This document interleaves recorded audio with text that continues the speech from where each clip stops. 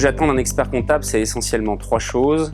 D'abord, une augmentation et un bon suivi de la performance de l'entreprise, à la fois au travers du reporting qui soit le plus fiable possible et le plus lisible possible, parce qu'aujourd'hui on est abreuvé de chiffres dans tous les sens, mais encore faut-il savoir les lire et les comprendre et trouver les bons. Donc sur le reporting, et puis sur un travail de préparation, d'analyse et de prévisionnel qui ne soit pas là uniquement pour dire qu'on fait du prévisionnel pour faire plaisir aux banques, mais que ce soit des outils de gestion efficaces. Un rôle aussi de contrôle interne pour s'assurer, valider qu'on a les bonnes procédures qui sont susceptibles d'impacter le client et que ces procédures sont connues et respectées. Qu'est-ce que j'attends d'un cabinet d'expertise comptable?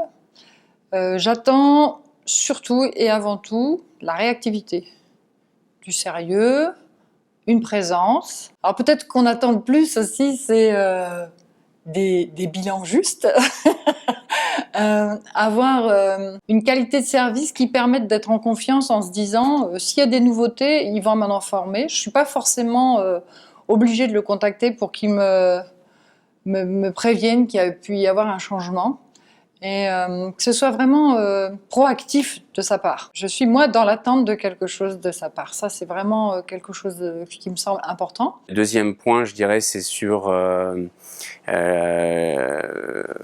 l'accompagnement du risque que prend le chef d'entreprise tous les jours. C'est-à-dire que l'expert comptable, il doit être là pour faire diminuer le risque que prend l'entreprise et le chef d'entreprise en termes de gestion et à titre personnel. C'est-à-dire que l'expert comptable doit anticiper un petit peu l'évolution législative, l'évolution de la réglementation, mais aussi des bonnes pratiques de gestion et anticiper ça et être force de proposition et de conseil pour le chef d'entreprise. Qu'il soit beau, forcément, qu'il soit à l'écoute et qu'il réponde bien aux questions qu'on lui pose. Avoir des rendez-vous réguliers, pouvoir faire le point.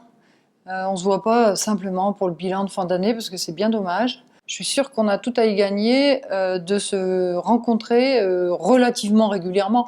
On n'est pas obligé de se voir toutes les semaines, mais peut-être 2-3 fois par an. Ça me semble indispensable. Sur la partie simplification, il y a effectivement plusieurs exemples. Il y a le fait de pouvoir faire des démarches à la place de l'entreprise, en étant sûr que ce soit fait, notamment sur la partie fiscale, c'est important. Ça permet de savoir que c'est géré et de nous consacrer notre temps à la gestion de notre entreprise qui est notre cœur de métier au quotidien.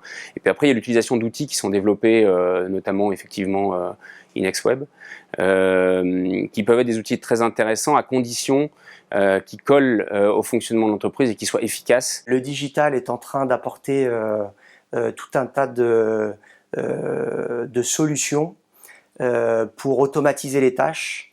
Aujourd'hui, dans nos entreprises, la comptabilité aussi est concernée. On cherche à éliminer les tâches à non-valeur ajoutée. Donc c'est valable pour nous et c'est aussi valable pour notre expert comptable pour que ensemble on puisse se consacrer sur des tâches qui vont apporter du plus, des informations, des outils pour accompagner la stratégie et faire en sorte que l'entreprise aura toujours un temps d'avance. Une entreprise qui aujourd'hui n'a pas ce type de solution pour nous dans le monde dans lequel on évolue est probablement très en retard.